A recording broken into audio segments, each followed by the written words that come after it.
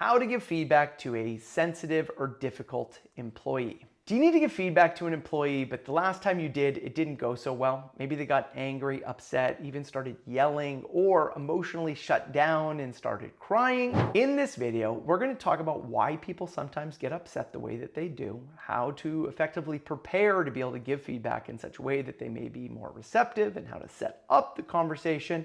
We're going to talk about what to do in the actual meeting if they do get upset, and what to do afterwards, and most importantly, what to do if it still doesn't work.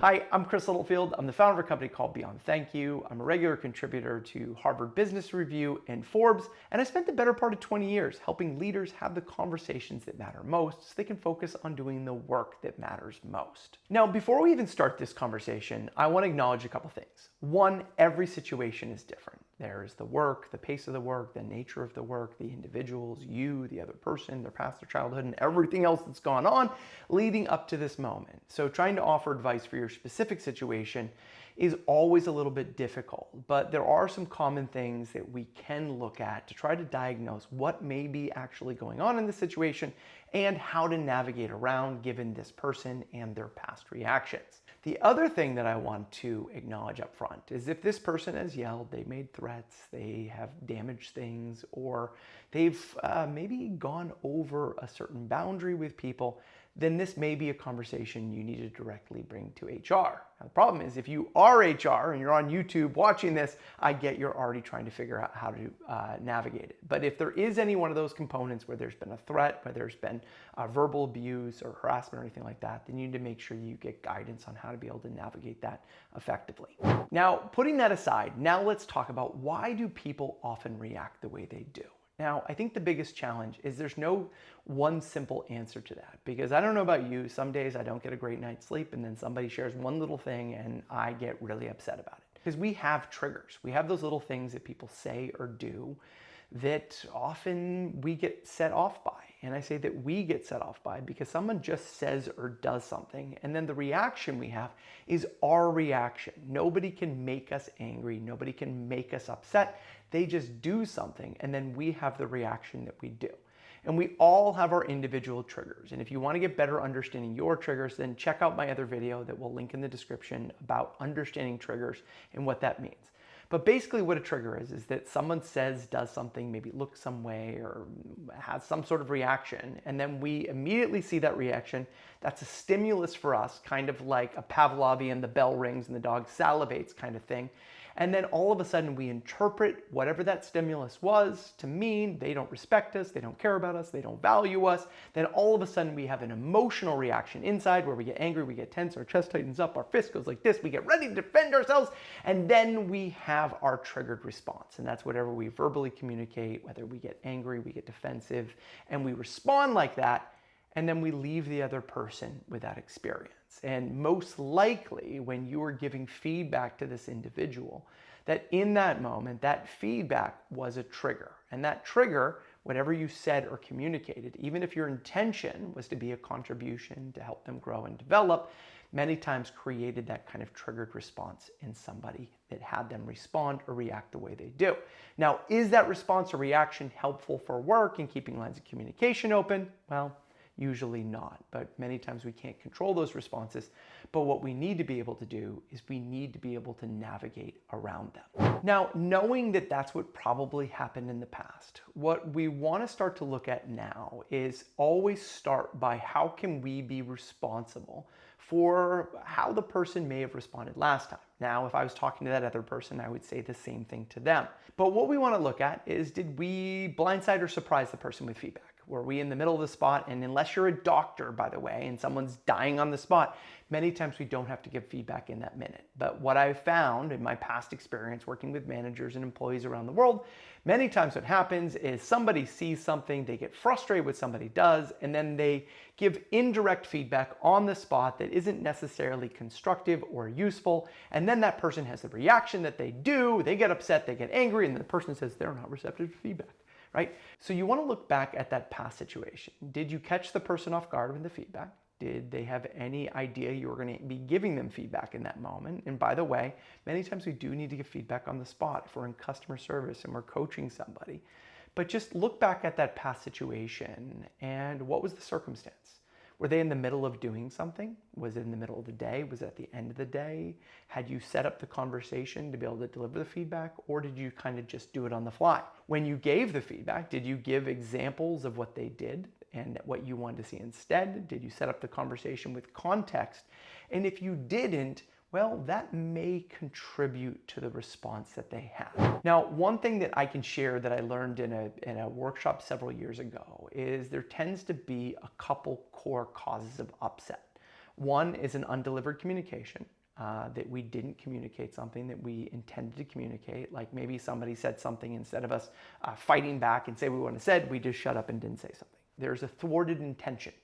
Like we intended to be a contribution by coaching somebody else. And then, well, let's just say we tried to give them a gift of feedback and they took that gift of feedback like a punch in the face, and then they fought back. Okay. Then there's also an unfulfilled expectation. Like we had an expectation that that person was going to react a certain way, or we had an expectation that our actions were a contribution, and we didn't get the expected outcome. Okay, so there's a undelivered communication, there's a thwarted intention, and then there's an unfulfilled expectation. And so each one of those often is one of the things that tends to cause upset in our communication with others. Now, the last thing that often gets in the way, so in addition to did we catch the person off guard, did we have some sort of unfulfilled expectation, thwarted intention, or something like that that we are upset about because they didn't have the reaction that we wanted them to have in that moment. The last thing that often plays in that gets in the way of us effectively delivering feedback to other people is the labels that we've put on them. Have we already decided that that person is stupid? If they are incompetent, or whatever other label you've put on them based on your past experiences. They're difficult, they're reactionary, they're upset. Because once we've put a label on somebody, the challenge is we're communicating to that label instead of communicating to the actual person. And when somebody's put a label on us, they're communicating to our label. My boss is insensitive, they're difficult, they don't understand me, they don't value me. And then the challenge is we have two labels talking to each other. We have, incompetent over here talking to stupid, and then neither one of us is having the actual conversation. So one of the first things that we need to do prior to going in and giving feedback is, one, review the last situation and look at what could you be responsible for in the way that it went.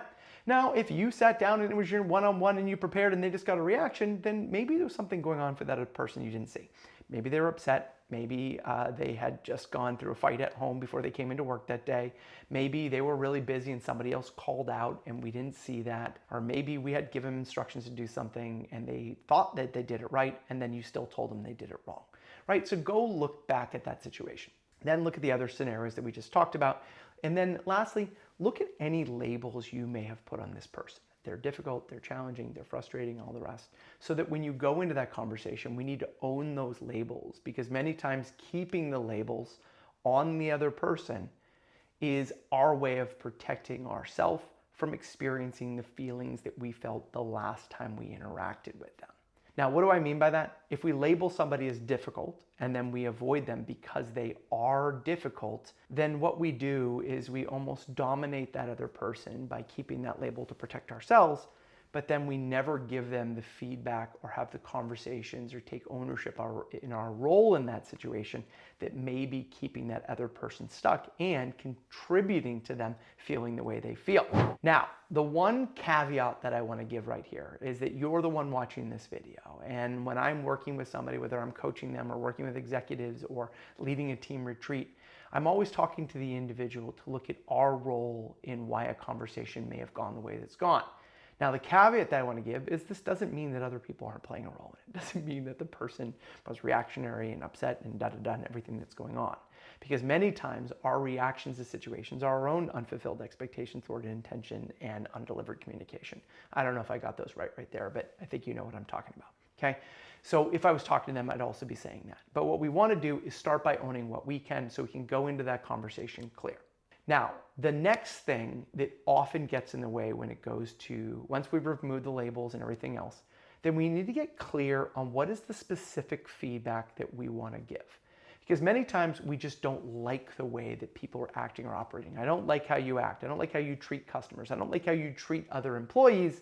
But that's not helpful or useful because it doesn't give us a clear picture on what we did and why you're upset with the way that I'm working or what I'm doing. So when it comes to preparing to give feedback, we need to know what the feedback is, what is the action, attitude, or behavior that we don't like that we're seeing, what is an example of where we saw it or experienced it before. Can't be just a general, you're just not in a good mood, but last time when you were sitting with a customer the other day, I noticed that you had your phone out, that you were rolling your eyes, that when we were in a meeting, you disagreed with everything that a person said. And then remember, we don't want to use allness. You disagreed with everything that a person said. Each time you didn't like something that somebody said or you appeared to not like it, then you would react X way by rolling your eyes or doing this. Okay, so we want to share what was the thing that the person did, what's a concrete example of what they did, what's the impact of their action or behavior on you, the team, the customer, and then what would you like to see instead? Now, the reason why I say prepare all of these things is because many times we go into a conversation and the person reacts because there isn't a clarity about what you're communicating. And then they go, I didn't do that. I wasn't a jerk to the customer. But if you come in with a clear example and you've prepared ahead of time and you know exactly what you want to communicate, why you're communicating and why it's important, then the person may listen. Next is making sure that you have all the information you needed together of what you want the person to be working on and why. So once you're clear on the feedback that you want to give, the next thing is setting up the conversation for success. Regardless of whether this is feedback to a difficult or challenging employee or anybody, you never want to catch somebody off guard with feedback. Now, many times we think we need to give it on the spot. And sometimes if we have a strong relationship and we've built them up and that person feels valued by us, then they want our feedback. But if we don't have a relationship, which is likely the case if this person responds the way that we do, and we're this concerned to give them feedback, then it's really important that we set that conversation up for success by setting a time for it and letting the person know what we're going to be talking about to some extent. This may look something like, hey, Jim, next week in our one-on-one, I want to have a conversation about some of the things that I've been noticing and things that I'd like you to be working on. Now, this may spark that person to be concerned or upset, and that's actually okay. But what you've done is you let them know that the next conversation is going to be a feedback conversation, and there's things that you're going to want them to work on.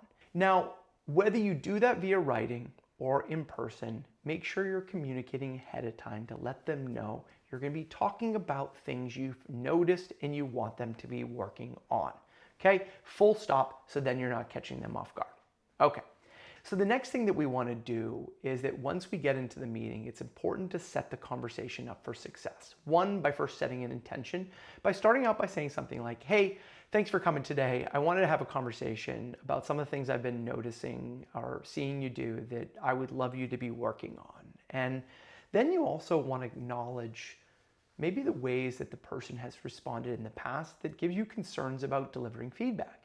Hey, I've wanted to maybe have this conversation for a while, but I'll be honest, I've been putting it off because the last time I attempted to give you feedback and maybe I wasn't great in delivering it, and I can own that. I noticed you got really upset, or you seemed to get upset or get angry. And you know what? When I saw that reaction, it made me hesitant to be able to give feedback because I didn't want to upset you or make you angry. But I realized it's not fair for me not to be able to deliver the feedback and then sit here frustrated without telling you what I'd like to see you doing in order to improve. Okay? And the last thing you want to do is you want to commit to why you're doing it. And I'm sharing this with you because I want you to improve. I want you to get better, and I want to create the kind of work environment where we all feel like we can show up and do our best work. So once you've done that, that's when you want to start go. And then you want to ask them, said, are you okay for me to give you some feedback today? And if the person goes no, then said, okay, then maybe now's not to have the conversation, but I'm going to be honest with you, we are going to need to have a conversation about doing this because it doesn't work. Some of the actions and behaviors that I'm seeing, it's not what we need right here. We're going to need to have these conversations. So you let me know when we're going to have that conversation, but it is something we're going to have to do in the next week. Okay. Rarely is that person going to do that, but they may get defensive and pull back, and that's okay. We still need to deliver it. So as you're delivering the feedback, notice the person's reactions. Notice how they're responding. If they sit back but they're not getting angry, that's progress. If they're sitting there and they look verbally upset, then ask them why. Hey, you look upset right now. Is there a concern you have? Because I'm telling you this because I know you can do a good job. I want to support you to grow and develop here. I'm not attacking you. I'm here because I'm on your team. Now, if you're not on their team, don't say that. Okay? If you don't think they can improve, and this is a last-ditch effort to try to save this person before they go out, don't say things that you don't believe because it will set you up for failure later on. But if you do think this person can improve and you see them do great work with patients or customers, then let them know that. Say, I see you do a lot of great work, but these are the things that I need you to work on for our team, for our culture, and for your own development. Okay? And acknowledge that. And then ask them afterwards. Said, what do you think about what I'm sharing? Okay? How do you feel about it? What do you think we can do together to be able to work on this? And then share some of the things that you think that they can be working on, and share those things, and you'll know them because you've written them down ahead of time. And make sure they're concrete. Just try to work harder isn't something that someone can do. What I'd love you to do is I need you to be showing up on time in the morning. Now, if there's reasons why you can't show up on time that are getting in the way, tell me what those are. So let's figure out those so we can navigate those. And many times just that dialogue is going to shift the dynamic and help you get to the root of what's actually causing the problem. Now, if the person accepts the feedback, then create your plan of when you're going to meet in the future. And then your goal afterwards is to observe them taking actions on this and to catch them doing it right. Now, do they get it right the first time? It may just be at the level of okay. And if you see okay, okay is better than bad. So acknowledge, hey, I noticed that you took our conversation to heart the other day and I've noticed an improvement. Then when it gets a little bit better, acknowledge that too. And when it starts getting even closer to better, then pull them aside and said, hey, I really appreciate you taking our conversation to heart. And I've noticed you really putting an effort to work on improving that. I really appreciate that. And if you create that goodwill, then you'll start to build that relationship. Because feeling valued and appreciated is kind of like trust. It's relationship based. And the more we send signals that we value that person, the stronger that relationship becomes, and the more open and less defensive that person is to feedback. What do we do if we give them this feedback and then they still don't change? Well, this is where we need to start having conversations about what's next. And what's next may be helping them find another job that they love even more. Because I can't tell you how many times that people will invest to try to support and develop an employee that is just not open to be supported or being developed. And if you do everything you can, you give feedback and they still don't want to do it, it's time to help them find another job. Have a conversation with HR, start thinking about an exit strategy, and start figuring out what you need to do to be able to let them go. Now, is this easy to be able to do? No, but I can't tell you how many times a person all of a sudden gets let go and then they find the job that actually is the right fit. They just need a little nudge to be able to get there. Now, is it easy to have these conversations? Of course not. If it was, you wouldn't be here on YouTube. I wouldn't coach people and work with organizations to help them do that. But what's even harder is avoiding a problem and never dealing with it. So set yourself a date to be able to reach out to the employee, put time aside to be able to prepare, to get clear on the conversation you need to have, any responsibility you may have had and how things went before, and then just get it on the calendar and do it. Because once you do, it's either going to work on resolving the issue or helping you realize that you're not going to be able to resolve the issue and helping them find a future that may be better for them somewhere else. Once again, I'm Chris Littlefield from Beyond Thank You. I hope you found this video helpful. If you did, please hit that like and subscribe. And if you want to help train your leaders to have better conversations, both to make sure that people feel appreciated and valued, but also how to be able to deliver the kind of feedback that helps people grow and develop, then reach out to me at beyondthankyou.com. Take care and have an amazing day.